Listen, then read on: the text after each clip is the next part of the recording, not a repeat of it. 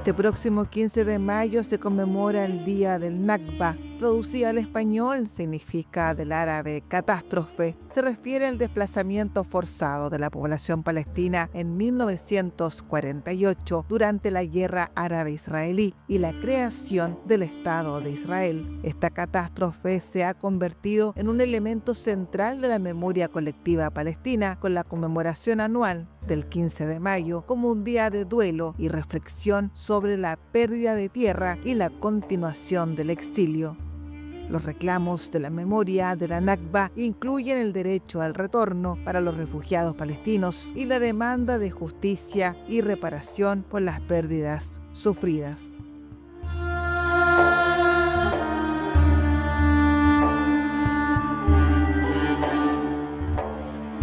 La Nakba, como evento fundacional, se refiere a la destrucción de la sociedad y la patria palestina. Se considera un evento clave en la historia de Palestina que marcó la destrucción de la sociedad y la patria, así como el desplazamiento de la mayoría de la población palestina. En este sentido, el éxodo y el exilio, la Nakba se refiere a la expulsión y huida de aproximadamente 700.000 palestinos, quienes se vieron obligados a abandonar sus hogares y tierras en lo que se convertiría en Israel. La Nakba generó la creación de un gran número de refugiados palestinos, muchos de los cuales continúan viviendo en campamentos y países vecinos, manteniendo vivo el recuerdo de la Nakba y el reclamo por el derecho al retorno. La memoria de la Nakba es esencial para la identidad palestina y sirve como base para la lucha por los derechos de los palestinos, incluyendo el derecho al retorno. La Nakba ha inspirado numerosas obras de arte, literatura y música que reflejan el sufrimiento y la resistencia del pueblo palestino. La Nakba es un evento histórico que ha dejado una profunda huella en la memoria colectiva palestina y que sigue siendo un tema central en la lucha por los derechos del pueblo palestino.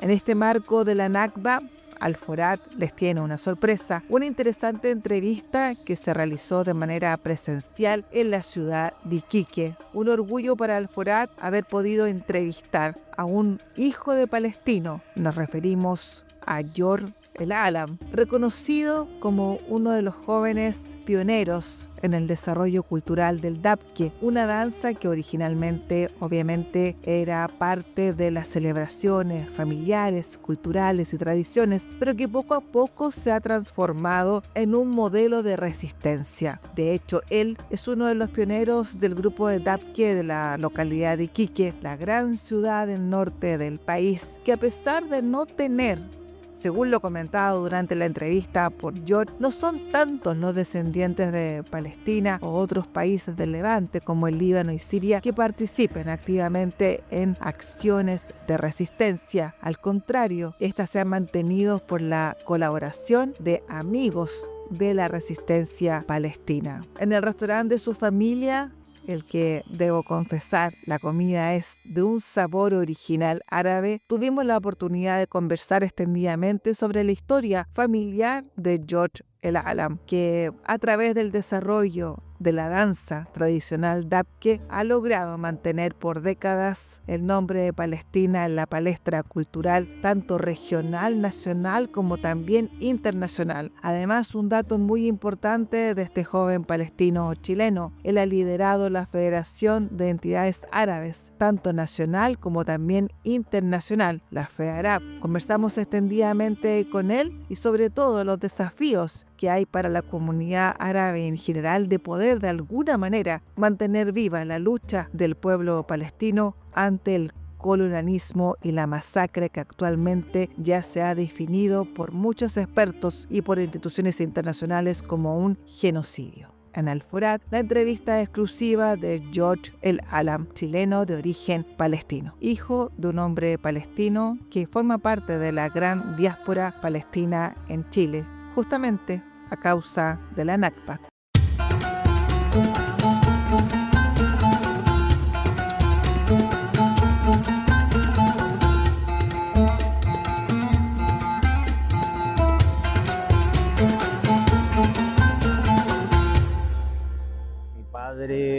cuando llegó a Chile empezó con el tema de ropa, telas, ahí como los paisanos.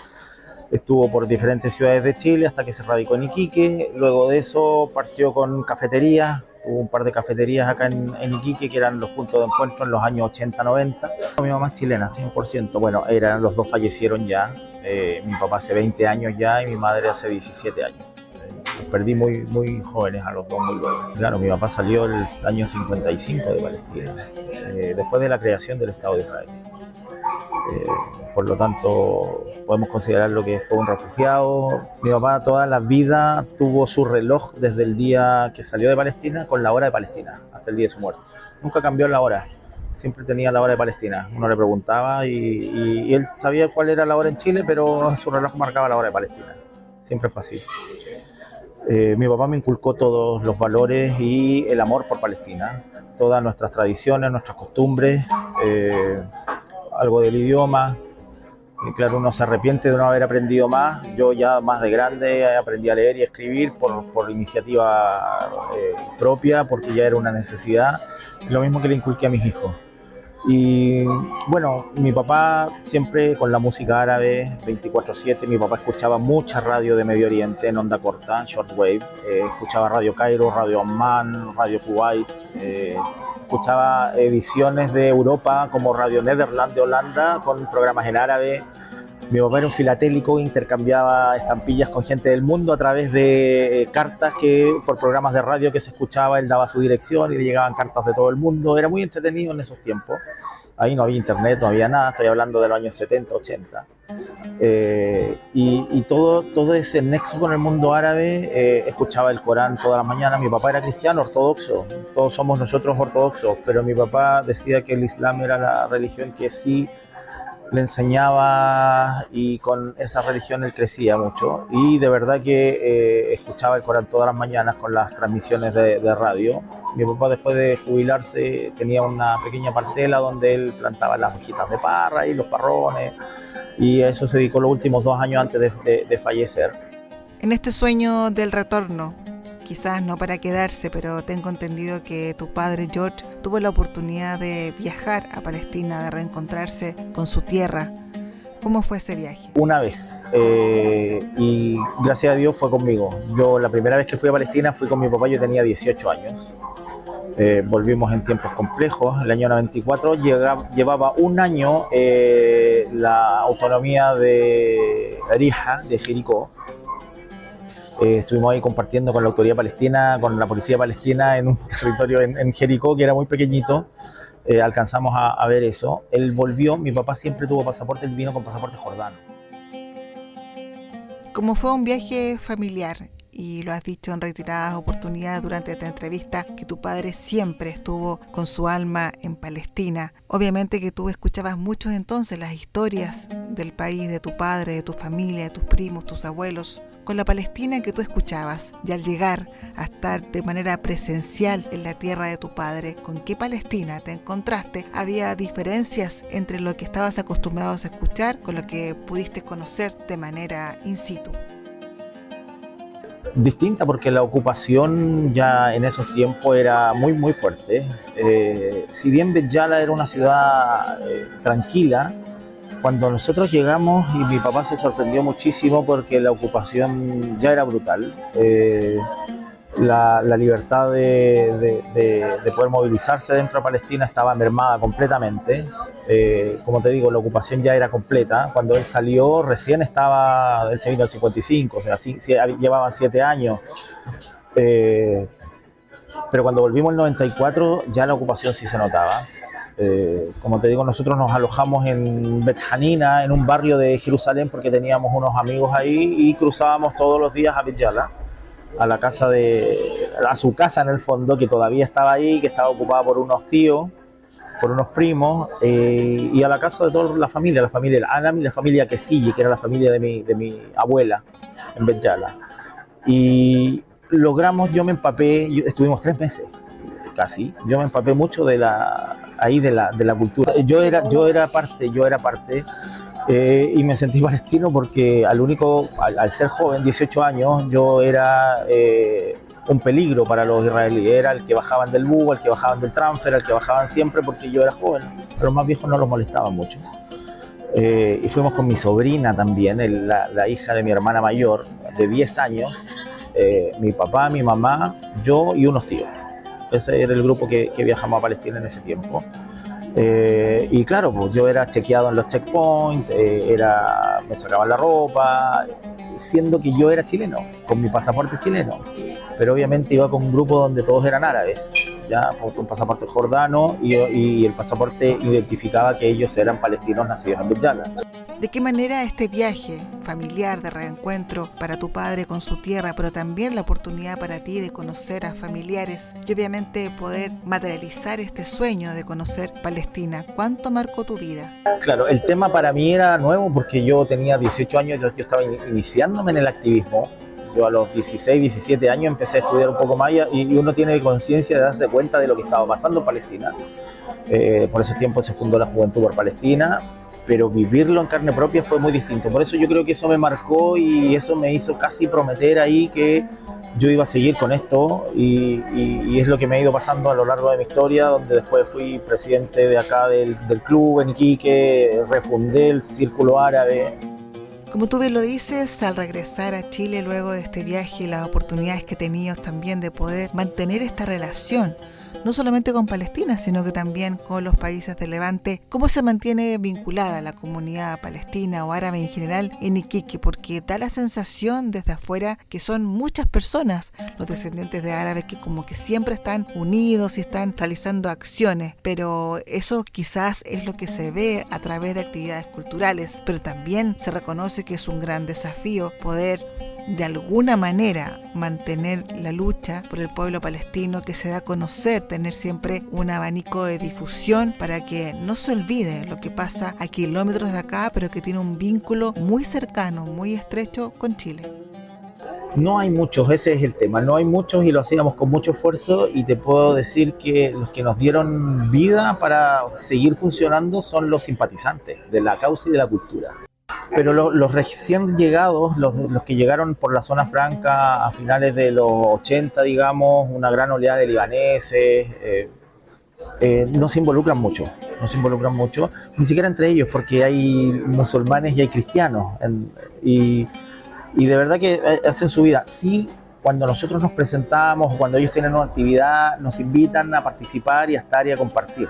Generalmente cuando sus hijos tienen algo en sus colegios y ellos quieren representar la cultura árabe, palestina, libanesa, invitan a nuestro conjunto. Todos los países, todas las tierras tienen su danza nacional, su danza tradicional. Y en ese sentido, hablar del mundo árabe y sobre todo los países del Levante, tanto Palestina, el Líbano, Siria, son reconocidos por su danza nacional del dabke, que obviamente tiene ciertas características en cada uno de los países. ¿Cómo nace este amor hacia el dabke y cómo también te vas relacionando con esta danza tradicional, que como toda danza es parte de las celebraciones, conmemoraciones, pero que a través de la historia, esta danza árabe, el dabke, se ha transformado en un modelo de resistencia, porque hay que recordar que incluso platos, la gastronomía árabe, lamentablemente está en los boletines turísticos de Israel, es decir, hasta la gastronomía ha sido usurpada. Sí, yo aprendí dabke con el Ballet Nacional Chileno Árabe, que está en Antofagasta, que tiene más de 30 años de trayectoria. Yo iba a bailar allá, al Festival de Colectividades, ahí aprendí. Nuestro mentor fue Rodrigo Farías Oliva, que es de origen libanés y que somos compadres ahora. Yo soy padrino y él es padrino de mi hijo, y él nos enseñó mucho.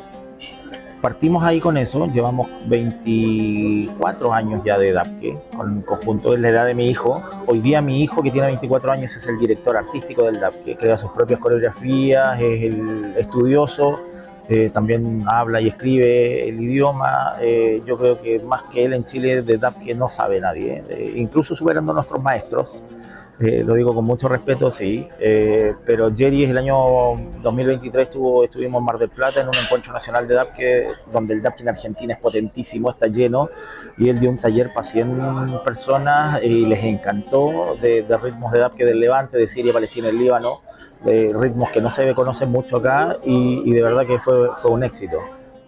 Disfrutamos mucho, la pasamos muy bien y se hizo muy conocido y hizo muchos amigos de los dapqueros acá de América Latina. Yo le he inculcado eso a mis hijos, yo tengo 5 hijos. De familia grande. Estamos en extinción, entonces necesitamos nosotros repoblar Palestina cuando llegue el momento de nuestra liberación, que inshallah sea pronto. Jeris es el mayor, que es chef, administrador gastronómico, y es quien nos prepara todas las cosas ricas que tenemos acá en el local. Sí.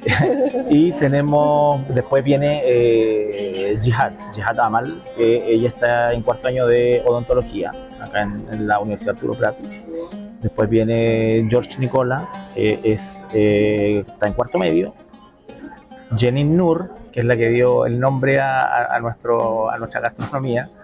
Jenin tiene 16 años, está en 3º medio. Y después tenemos el Conchito y partimos de nuevo con Jawad Nasser. Jawad tiene 11 años, 10 años, está en un 4º básico. Ahí partimos todo de nuevo, fue ahí un regalo de Dios. De verdad que, bueno, mis padres alcanzaron a conocer a los 2 primeros, mi padre solo a Jeries, y me hubiese encantado que ellos vieran todo lo que hacen. Todos bailan dapke, hasta el más pequeño, todos participan de nuestras actividades. Jeries y George tocan percusión. Efectivamente, entonces, al escucharte se reconoce que el dapke en estos momentos se ha transformado en un verdadero camino de resistencia para la difusión y mantener también la cultura, pero sobre todo el discurso de resistencia del pueblo palestino ante la comunidad internacional. Claro, las canciones y el dapke pasó de hablar de la cosecha, del matrimonio, de las fiestas, pasó a hablar de la liberación, de la libertad, del dolor de nuestro pueblo, de nuestra identidad.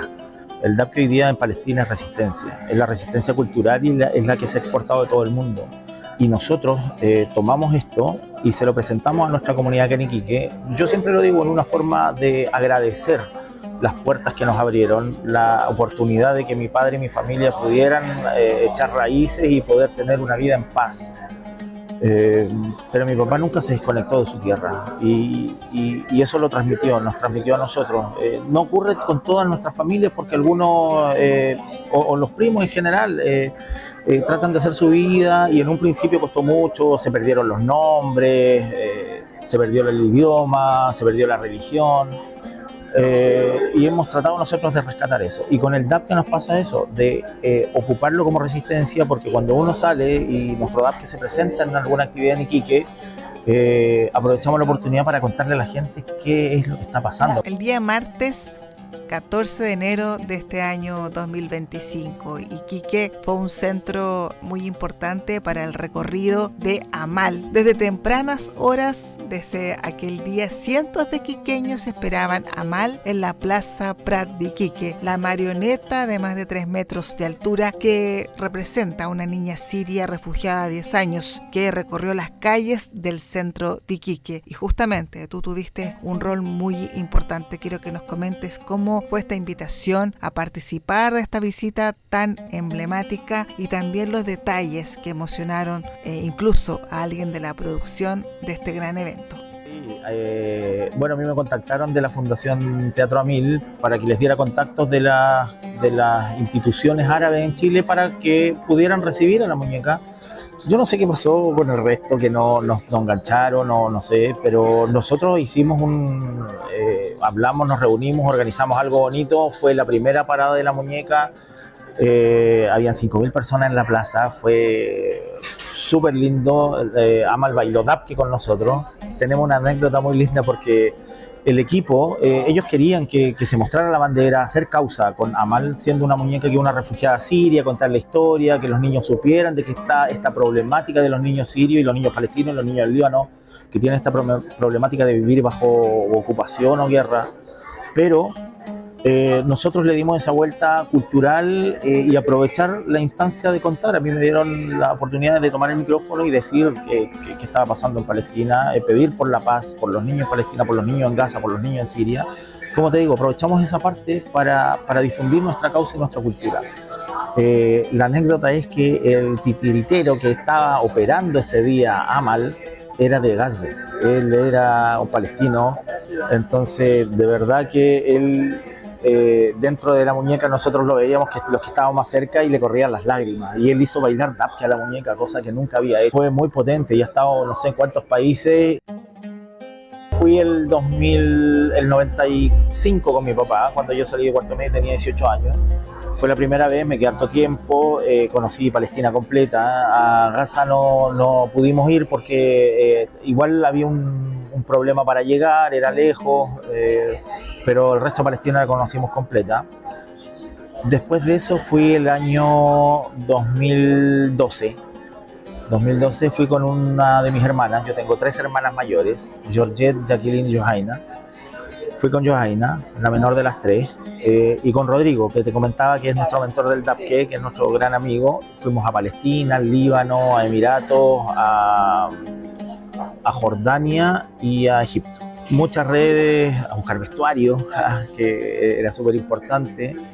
Tuvimos una oportunidad tremenda de estar con uno de los directores y de DAPKE en el Líbano, en el teatro de Caracalla, del Hamid Caracalla, que es para nosotros un capo del DAPKE en el Líbano. Estuvimos en su teatro, nos invitó a estar ahí y nos firmó ahí unos libros que trajimos, y vimos a un DAPKE ahí. La danza teatro en el Líbano es maravillosa.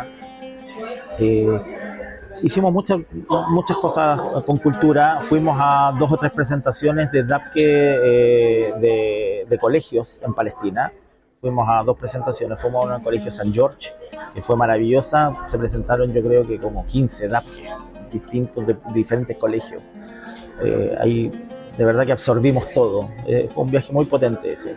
No fue muy largo, fue casi 3 semanas de viaje.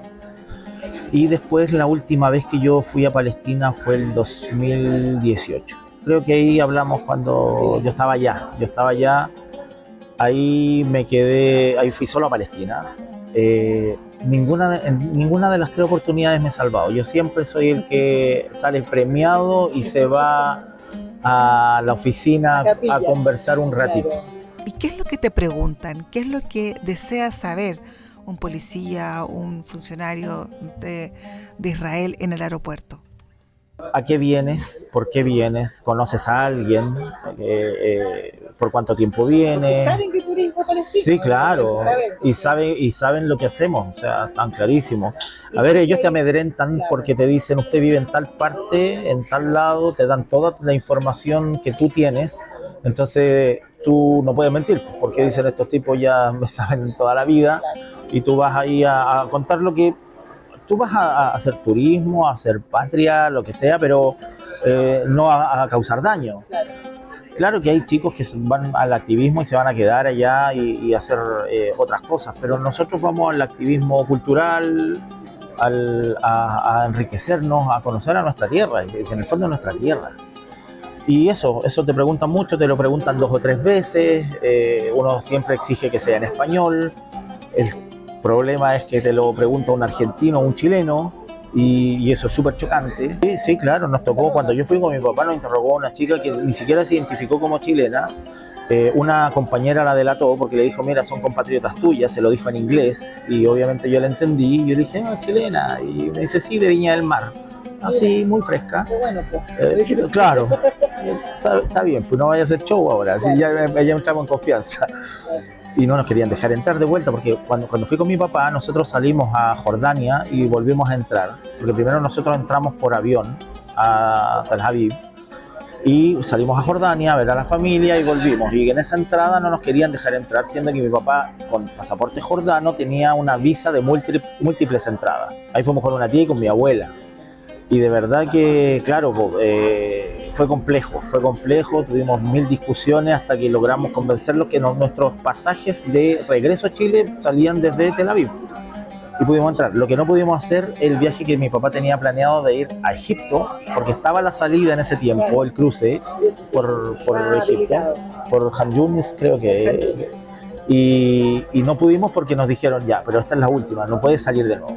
Y nos quedamos ahí con las ganas de conocer Radio Cairo y todos los amigos que mi papá había hecho por radio. En Jordania fuimos a conocer a todos los de la radio. Claro, ¿sí?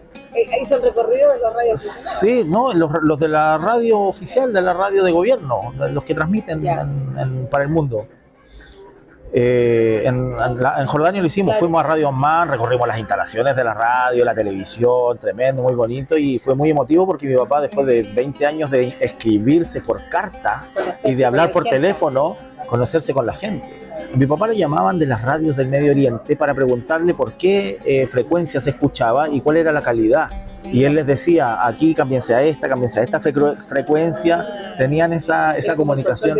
Sí, la verdad que sí. Yo no sé si alguien más lo escuchaba, pero mi papá andaba con una radio así pequeñita, a pila acá en el bolsillo, y escuchaba todo el día.